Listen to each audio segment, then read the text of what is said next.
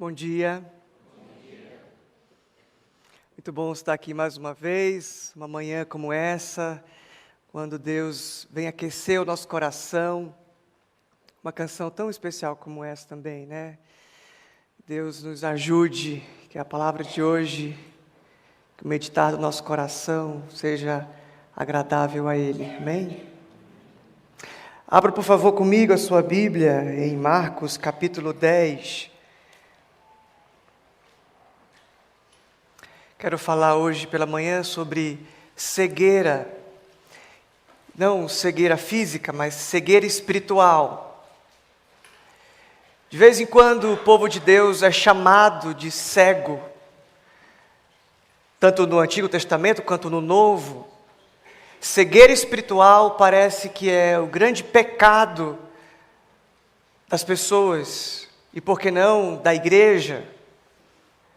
Não enxergar, não ter a visão de Deus, não perceber com os olhos da fé aquilo que Deus percebe, aquilo que deveria ser óbvio,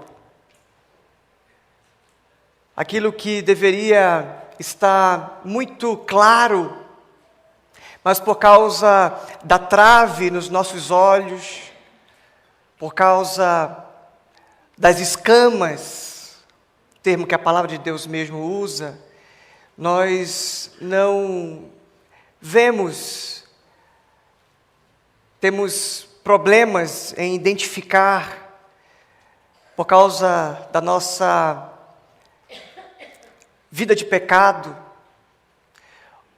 por causa da nossa distração.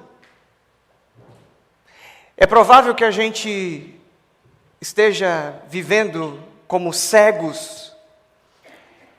E a palavra de Deus hoje vai nos ajudar a ter pelo menos o discernimento de que essa é a nossa condição. Uma das coisas que nós falamos bastante no Celebrando a Recuperação é a respeito da negação.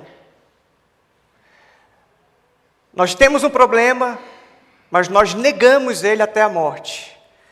Não lidamos com esse problema, escondemos. Fazemos de conta que ele não está aí, ou que ele não atrapalha tanto. E hoje nós vamos falar a respeito daquilo que Jesus fez com alguém que tinha problema de cegueira. E é claro que aqui é cegueira física, mas a nossa aplicação de hoje é pensarmos quão cegos espiritualmente nós estamos. Então, por favor, me acompanhe na leitura. Marcos capítulo 10, 46.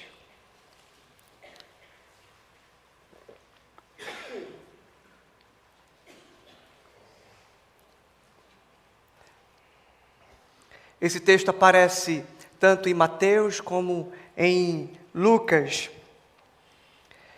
Quando um texto aparece nos sinóticos, quando ele aparece em Mateus, Marcos e Lucas, ele deve ser estudado com muita atenção. Os três evangelistas escreveram a respeito do mesmo fato, da mesma circunstância, então isso deve ter no mínimo a nossa atenção. Então eu quero que você não se distraia com outra coisa, que você se concentre agora na leitura da sua palavra. Então chegaram a Jericó.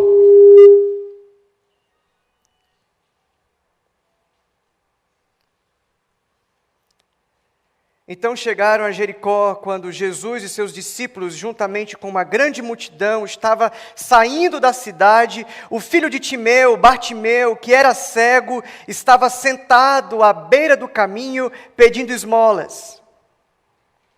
Quando ouviu que era Jesus de Nazaré, começou a gritar: Jesus, filho de Davi, tenha misericórdia de mim.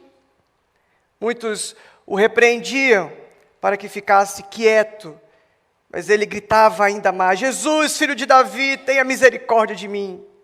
Jesus parou e disse: chamem-no. E chamaram o cego, dizendo: ânimo, levante-se, ele o está chamando. Lançando sua capa fora para o lado, de um salto, pôs-se em pé e dirigiu-se a Jesus. O que você quer que eu lhe faça? Perguntou-lhe Jesus. O cego respondeu: Mestre, eu quero ver. Vá, disse Jesus, a sua fé o curou. Imediatamente ele recuperou a visão e seguiu Jesus pelo caminho.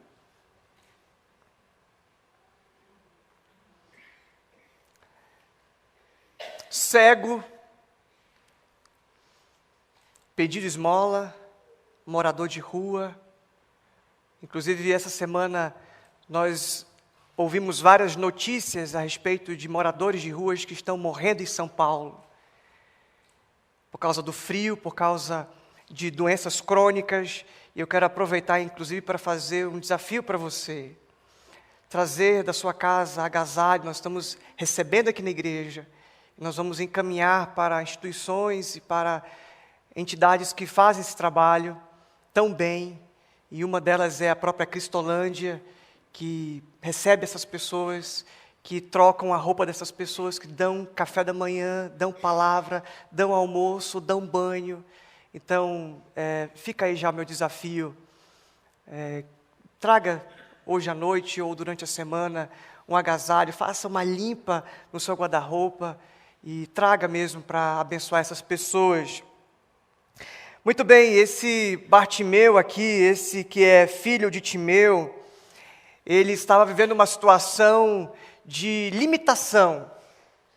Não conseguia enxergar, não conseguia trabalhar, então ele não tinha muitas possibilidades, a não ser ficar sentado e com um chapéuzinho, com uma lata, com um pedaço de coco, sei lá o que ele usava na época, ele recebia a misericórdia das pessoas, a compaixão. As pessoas passavam e entregavam ali moedinhas, dividiam alguma coisa, um agasalho, uma marmita, alguma coisa do tipo. Ele então está nessa situação de vulnerabilidade social.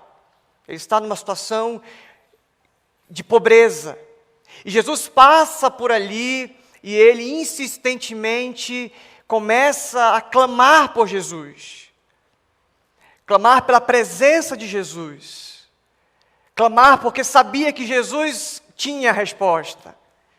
Jesus poderia resolver o seu problema de uma vez por todas. E essa é a fé que muitos demonstram em todas as Escrituras. Mulheres que estavam doentes, ou a filha doente, alguém doente, iam lá clamar e Jesus curava. Jesus expulsava o demônio.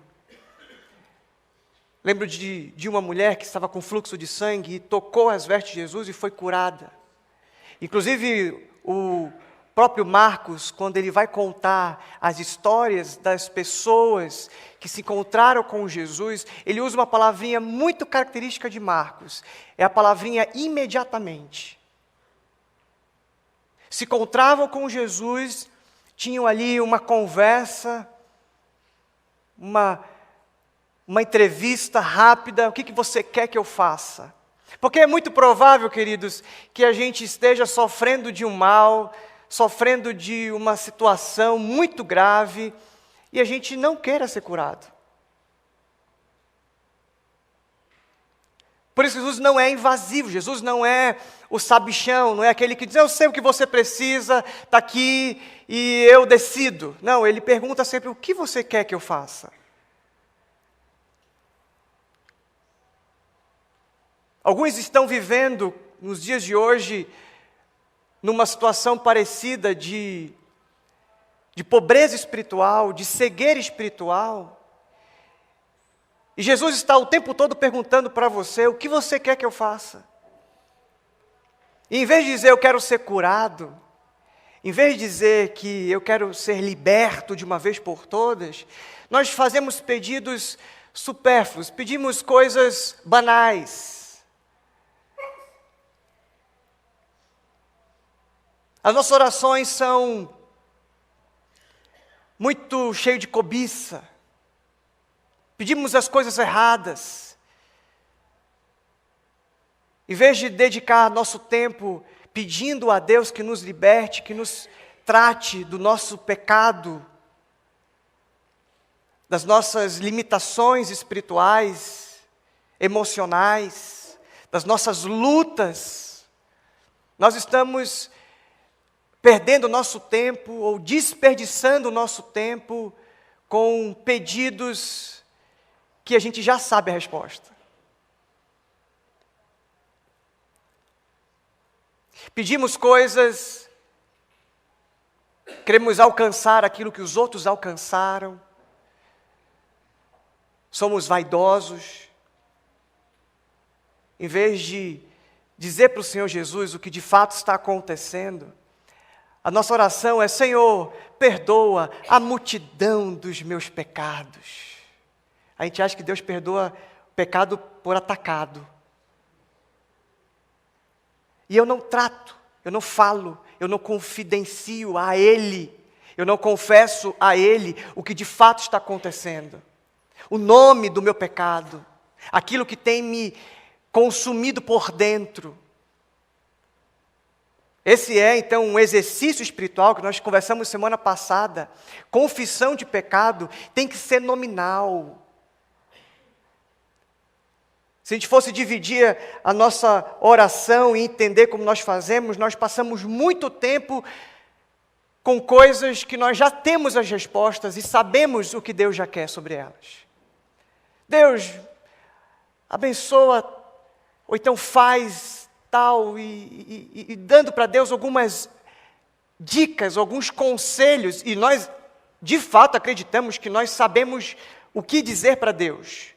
O que orientar a Deus? Deus não sabe sobre a saúde, então eu tenho que dizer para Deus o que tem que fazer. Ele não sabe sobre o meu casamento, eu tenho que dizer para Deus o que Ele tem que fazer. Ele não sabe da minha situação financeira, eu tenho que dizer para Deus o que Ele tem que fazer. Dou já as respostas para Ele: Senhor, você tem que fazer isso aqui, ó. É isso que eu espero que o Senhor faça. Dificilmente a nossa oração é: Senhor, faça a Tua vontade. A gente economizaria muito tempo das nossas orações dizendo só isso: Senhor, sobre o meu trabalho, faça a Tua vontade. Às vezes a gente tem medo de dizer isso. Deus, meu filho está no hospital, faça a Tua vontade.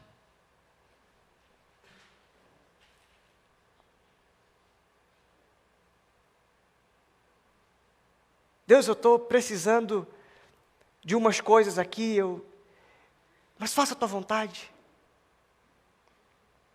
E a gente fica dando para Deus já as respostas que Ele tem que fazer, Ele tem que resolver, Ele tem que mover os pauzinhos. E a nossa oração deveria ser mais confissão, mais rendição, dizendo o nome de cada situação que me atrapalha. O autor de Hebreus diz, deixando todo o embaraço, tudo que me atrapalha, tudo que me envolve, que eu consiga definir isso. Os jovens adultos aqui na igreja estão estudando um livro chamado Pecados Intocáveis. Estamos estudando alguns pecados que a gente nem sabe que é pecado. Você sabia, por exemplo, que ansiedade é pecado? Você sabia, por exemplo, que frustração é pecado? Você sabia que irritabilidade é pecado? Então tem pecados na nossa vida que nós nem sabemos que são pecados. Vivemos a vida sem nunca tratá-los, sem nunca ser cuidado por Deus a respeito dessa área da nossa vida. Então, sobre as coisas de Deus, a gente só fala com Ele a respeito daquilo que Ele pode fazer por mim, da graça que Ele pode me fazer. Eu penso que a oração que a gente tem que fazer, e aprendendo com Bartimeu, é: Senhor, eu quero enxergar como o Senhor enxerga. A música que os meninos cantaram, né? Dá-me a visão. Eu quero ver com os teus olhos. Ah, irmãos, se nós enxergássemos com os olhos de Deus. Se nós parássemos de olhar com os olhos físicos, carnais, para olhar com os olhos de Deus. muita coisa na nossa vida seria mudada. A gente viveria de forma diferente. E Bartimeu, então, ele nos representa, ele clama a Deus dizendo: Deus, tem misericórdia de mim. Ele fala para Jesus, filho de Davi. Filho de Davi é o termo que fica claro que Bartimeu sabia que Jesus era o Filho de Deus, era o Messias. A profecia dizia que o Messias viria como descendente de Davi, do trono de Davi, sobre o seu governo. Então, o Bartimeu, ele entendia muito sobre Deus. Podia ser pobre, podia ser considerado meio louco. Eu conheço alguns loucos aí na rua que sabem mais de Deus do que a gente. Só para cumprir aquela palavra que diz que Deus usa as coisas loucas do mundo para confundir os sábios. Uma vez aconteceu comigo, eu estava na rua lá em Perdizes, quando eu morava perto da faculdade, e um louco, considerado louco, esquizofrênico, paranoide, o nome da doença dele, me parou e citou uma frase de um teórico da teologia. Eu fazendo teologia, ele me parou e disse: olha, vem cá, você é novinho, você é jovem, eu queria te dizer uma coisa. Louco, naquele momento me disse isso. Ele disse assim: o sonho de todo homem é ser rei, porque rei manda e desmanda. O sonho de todo rei é ser Deus, porque Deus é o máximo. Mas olha que interessante, Deus não quis ser nem Deus nem rei, Ele quis ser homem. Hã? Tipo, o que você fala depois disso, né? O que ele estava me dizendo? Humildade. A gente investe muita energia para ser grande, muita energia para conquistar, e pouca energia para diminuir, para se humilhar. Então Deus usa os loucos, Deus usa os pobres, Deus usa os moradores de rua como bocas dele, profetas dele. E Bartimeu é esse cara que ensina muito sobre Deus para a gente. Ele fala: Jesus, filho de Davi, tenha misericórdia de mim. Jesus não aguenta isso, Jesus não consegue continuar, porque qualquer um que clama pelo seu nome será salvo. Jesus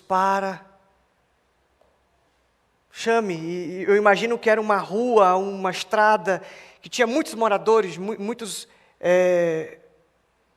muitas pessoas doentes, muitas pessoas em situação de risco, leprosos, e todos que ficavam fora da cidade, pedindo esmola para os moradores, para os viajantes que iam para a cidade, ou para os moradores que saíam da cidade. Estavam ali e Jesus disse: alguém me chamou, alguém falou o nome que é o nome que está acima de todo nome. Jesus e enquanto ele grita, as pessoas dizem para ele: não incomoda, não fala nada. É um pouco o que acontece na igreja, quando alguém quer ser tratado, quer ser ajudado e fala, a pessoa já: esse pecado aí, essa pessoa aí, é melhor, faz o seguinte, não se expõe, não seja o que você é. Faz o seguinte, coloca essa máscara de evangélico, porque aqui todo mundo só suporta os mascarados. Aqui a gente não está acostumado a ver as pessoas do jeito que são. A gente prefere ver as pessoas muito bonitinhas, cheirosinhas, tudo dentro do senso comum, tudo dentro da cara de crente. Não tem cara de crente, a gente não gosta, a gente pede para modificar, pede para tirar isso. Senta alguém fedorento perto de você Você não fica à vontade.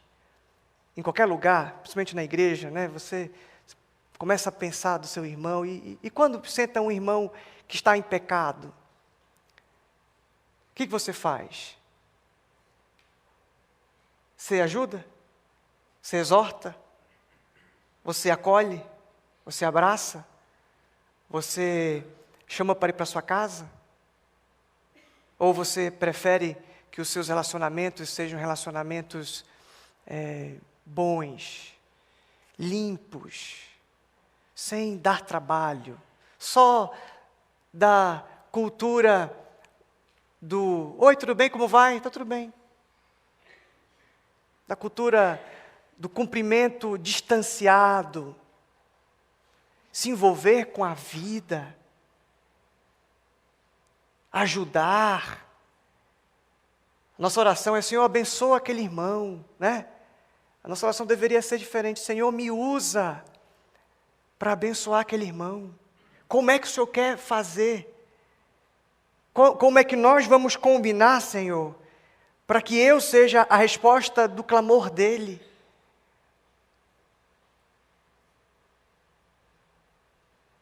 Estamos acostumados a chegar na igreja e abafar a voz de quem quer ajuda. Não, faz o seguinte: vem para o culto, canta. Aí você se distrai, você fica mais adaptado ao ambiente evangélico. E aí está tudo bem. Aí a gente finge que está todo mundo tratado, todo mundo curado. Eu quero ajuda. Não fala. E esse pecado aí, falar em público, todo mundo vai te olhar diferente agora. Ih, rapaz, sabe aquilo que o cara fez lá na boate gay, lá em Orlando? Ih, aqui vai ser pior. Vão te metralhar. Vão te detonar. Não fala os teus podres, não. Teus podres é daquela porta ali para fora. Aqui é todo mundo bom, todo mundo bonitinho, sem problema. Aqui é só para a gente acreditar que existe um lugar seguro. Mas quando não é seguro. O lugar seguro é quando eu confesso meu pecado publicamente e eu sou tratado, sou curado, sou abraçado, apesar dos meus pecados. Claro que isso acontece, sim, no nosso meio. Algumas pessoas que eu conheço e convivo de perto, por situações adversas, tiveram seus pecados expostos, foi disciplinado, chamamos para caminhar junto, oramos, orientamos, passou um tempo em disciplina, sem servir, sem estar em ministério, para sentir, para pensar no que fez, enquanto é tratado, enquanto é restaurado, enquanto se arrepende, e depois me arrependi, quero vida nova, então a vida continua, agora sem máscaras. Não venha dar uma ainda bem que eu não sou como aquele, né, como o publicano da história de Jesus. Não, Senhor, eu sou pecador. Eu sei do meu pecado. Isso me faz ser tão misericordioso. Estou dizendo que a gente tem que ser tolerante com o pecado. Com o pecado a gente tem que tratar, tem que fazer tudo o que tem que ser feito. Inclusive decisões difíceis. Tem que exortar, chamar, como Jesus orientou em Mateus capítulo 18. Chamar, não ouviu? Chama mais uma testemunha. Não ouviu? Leva para a igreja. Igreja, ó, irmão, tal, como aconteceu lá em 1 Coríntios capítulo 5. Um jovem da igreja, que deveria ter alguma responsabilidade na igreja, ele estava dormindo com a esposa do pai. Paulo pergunta: por que vocês não disciplinaram esse cara? Por que vocês vão fazer vista grossa para isso? Está errado. Tem que ser disciplinado. Porque isso vai contaminar o rebanho. Mau exemplo. A gente não tem que ser só cuidadoso com o mal, mas a gente tem que ter também cuidado com a aparência do mal. Algumas pessoas a gente já chamou para perto e disse, olha, queridão, queridona, você vai ficar, por enquanto, sem tocar, sem cantar, sem fazer A ou B, ministrar no seu ministério, porque você deu aparência do mal. E a aparência do mal, você precisa ser tratado. Então, de fato, na igreja nós encontramos essas duas situações. Gente que diz assim, não se expõe não fala não. Veste, coloca a tua máscara de crente que isso é o que a gente aprende a fazer na igreja. Mas graças a Deus tem aqueles que fazem como este, que dizem, o mestre te chamando. Vamos até ele, vamos juntos. Ânimo, é o que os discípulos falam, né? Ânimo, o mestre te chama. E esse é o nosso ministério. A Bíblia diz que nós temos um ministério da reconciliação. Como se Deus fizesse por intermédio de nós apelo. Então nós somos apelos ambulantes. Onde nós estamos reconciliando pessoas a Cristo. Onde nós reconciliamos pessoas que estão quebradas, que estão no estágio da negação do seu pecado, que precisam de exortação, que precisam de uma palavra dura, firme. Porque a Bíblia diz que a gente só pode disciplinar alguém se a gente ama. Então a gente faz isso. Igreja não é lugar de se esconder, é lugar de se expor. Na igreja católica você confessa para o padre. E aí você reza umas Ave Maria, uns Pai Nosso, dá uns 3 pulinhos. Mas o Evangelho, eu nem vou dizer igreja evangélica, o Evangelho é confesse seus pecados uns aos outros para que vocês sejam curados. Tiago capítulo 5. Bartimeu então, ele levanta como um pulo, ele deixa a capa, ele deixa as esmolas, ele não está preocupado com o que ele vai levar, ele sabe que ele vai receber tudo. Chega diante de Jesus, Jesus pergunta, eu não sou invasivo, eu não tenho que dizer o que você precisa, você sabe muito bem o que você precisa, você sabe muito bem, inclusive enquanto eu estou falando essas coisas, cada um aqui deveria estar se pensando, se examinando. Se você pensou, puxa vida, que pena que o irmão não veio. Ou então, pensando no seu pai, pensando em outra pessoa, que não é você, enquanto é tempo, se arrependa e faça isso a partir de agora. Bartimeu salta, vai até Jesus. Jesus, o que você quer? Porque é muito provável você estar sofrendo de uma doença grave, de um pecado de estimação. Mas quando Jesus pergunta o que você quer, você não fala sobre ele.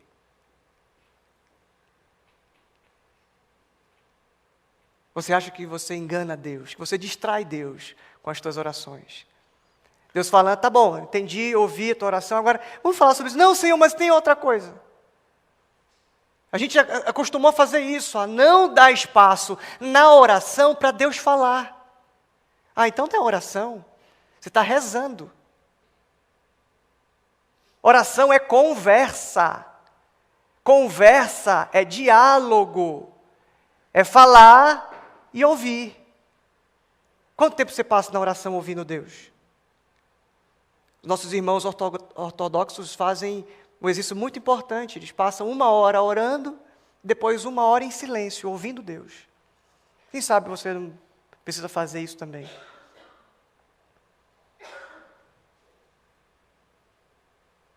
E aí, Bartimeu fala, Senhor, eu quero ser curado. E o meu problema é visão. Qual é o seu problema? O que você tem que dizer para Deus? O que você tem que confessar para Deus? Qual é o teu problema de desconsiderar Deus? O teu problema de orgulho? O teu problema de incredulidade? O teu problema de ansiedade? Qual é o teu problema? Fala para Deus. Você quer ser curado do quê? E quando o Bartimeu que era cego. Fala qual é o problema. Jesus disse, então tá bom. Vai. Continua o teu caminho. Isso você já tem. Você já ganhou. Eu te dou. Não tem que me convencer com argumento. Você pediu, eu te dou. Eu coloco pessoas ao seu lado.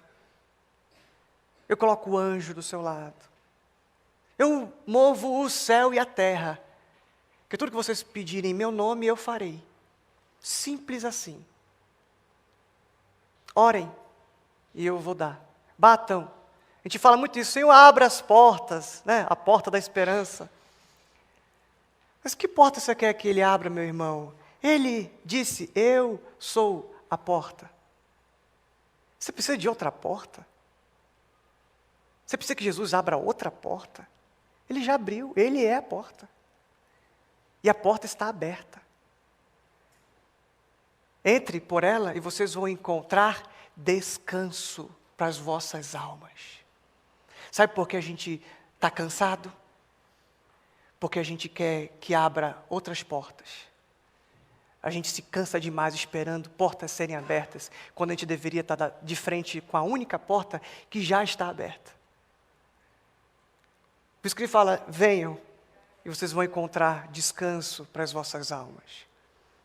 Toda vez que a gente tenta entrar por outro caminho, fazer outra coisa com a nossa vida, vai dar errado. É cansativo. A Bíblia diz, o salário do pecado é a morte. Tudo que você fizer com essa equaçãozinha vai dar em morte, vai dar em cansaço. Você está cansado? Alguma coisa está fazendo aqui que está... É pecado. Você está com medo?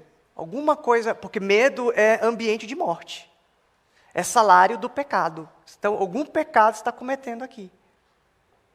Que tal se levantar, jogar a sua capa, jogar a sua fonte de renda, jogar aquilo que você coloca como fonte de alegria, fonte de realização, fonte de vitória, fonte de saúde, e ir para Jesus, que é a porta. E Bartimeu foi lá, e a porta estava aberta. Vai. Eu não tenho que fazer, abra agora, vocês vão. Ele não tem que fazer nenhum movimento, nenhuma questão com a voz. Agora, meus irmãos, aqui vai, o céu vai abrir e o chão vai tremer. Jesus não faz isso. Jesus vai e diz assim, vai. E o que você quer que eu faça? Já foi, já acabou, está curado, está vendo? Não? Ei, olha eu aqui, ó. Caramba! Não é que é mais fácil do que eu imaginava? É só ir para Ele? É só buscar Ele? É o que acontece com Paulo, que na época é Saulo, em Atos capítulo 9. Ele se encontra com Jesus no sentido que ele fica... Jesus, na verdade, não cura Saulo ali, né? Ele dá uma cegueira para Saulo. Ele fica cego. Aí ele se encontra com Jesus, Jesus fala, você vai continuar para Damasco e lá vai ter uma pessoa que vai cuidar de você. Saulo vai para a cidade de Damasco, lá tem um discípulo chamado Ananias. Esse discípulo impõe as mãos em Saulo e ele é curado.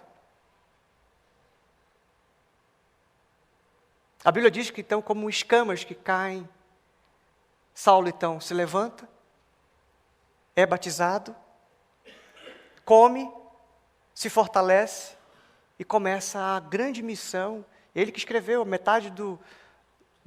a maioria dos livros do Novo Testamento. Porque as escamas caíram. Talvez seja o nosso problema, a gente não progride na vida, não vive a aventura que é a missão de Jesus, não vive o reino de Deus porque a gente está com escama, está cego, está precisando de cura. Eu acho muito interessante quando Jesus fala assim para o Bartimeu, né? A tua fé te curou. E hoje em dia as pessoas fazem muita confusão com isso. Acham que a fé é que é Deus. A minha fé me curou? Ah, então eu não tenho que ter Deus, tenho que ter Cristo, eu tenho que ter fé. É perigosíssimo isso. A fé virou um ídolo. Porque as pessoas acreditam que fé é acreditar que uma coisa vai acontecer. Ah, eu tenho fé que eu vou vencer. Eu tenho fé que eu vou ser curado. Não, não. Fé não é acreditar que uma coisa vai acontecer. Isso é esperança.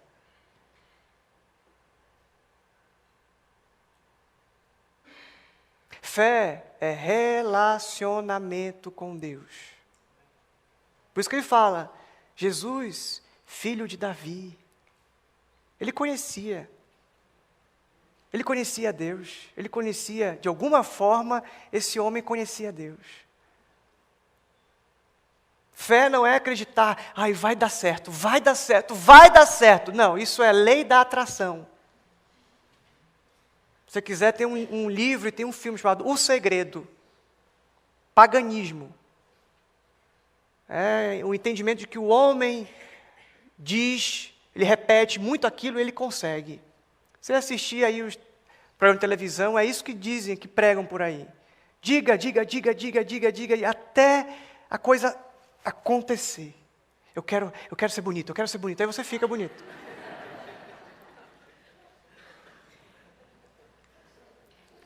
Fé não é isso, irmãos. Fé é relacionamento com Deus. Vida com Deus.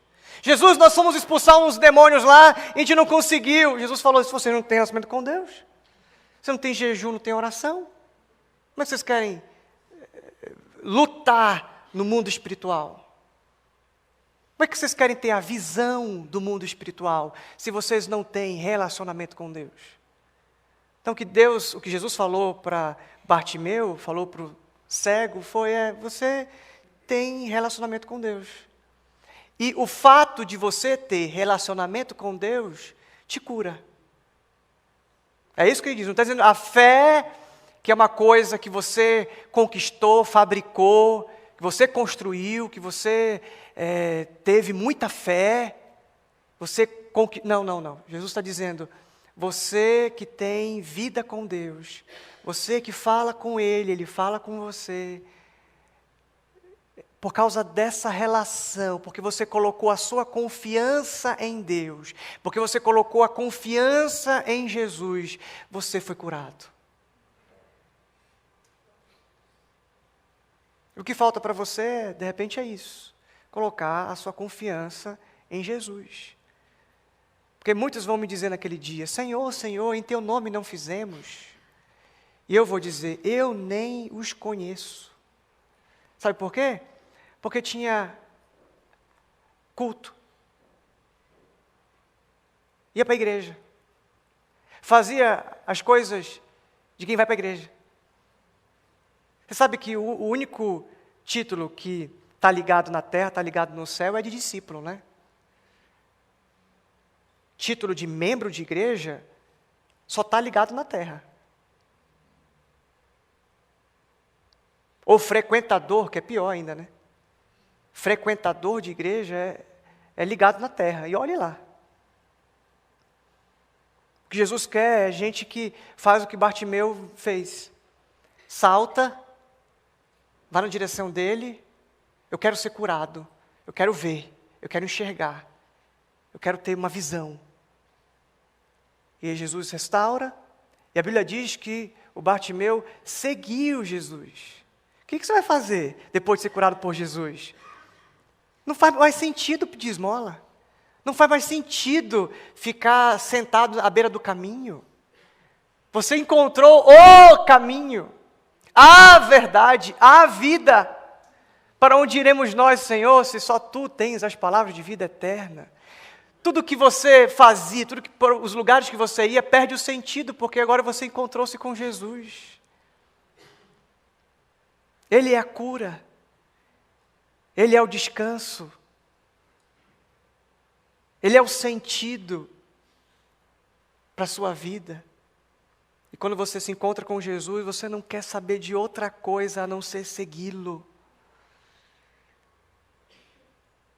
Quantos aqui hoje estão com cegueira espiritual? Enxergam só o que os olhos veem. A Bíblia diz que a gente não é guiado pelo que a gente vê, mas pelo que a gente não vê. A fé é a certeza das coisas que não se veem. Então, o que você precisa ser curado, de repente, não é da sua vista, daquilo que você vê, mas da visão. Você está sem a visão de Deus para a sua vida. Existe doença pior. É por isso que você está desesperado.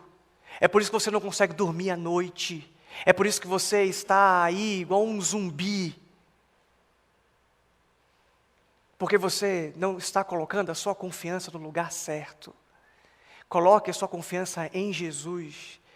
Entre pela porta, porque Ele vai te dar descanso.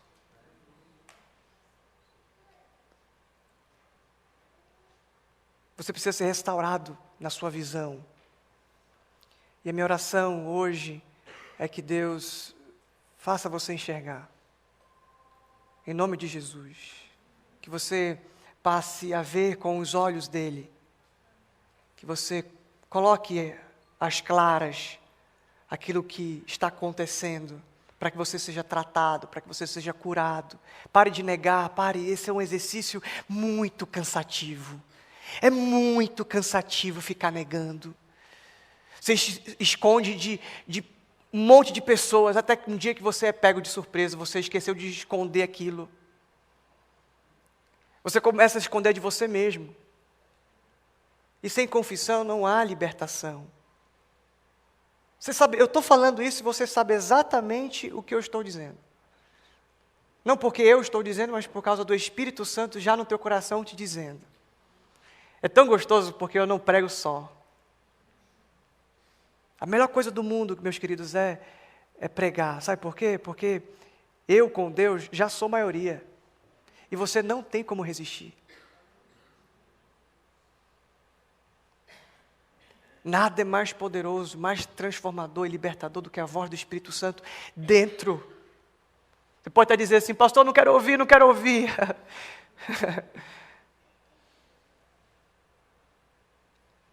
E o Espírito Santo vai dizer para você, e eu? Como é que você cala a minha boca?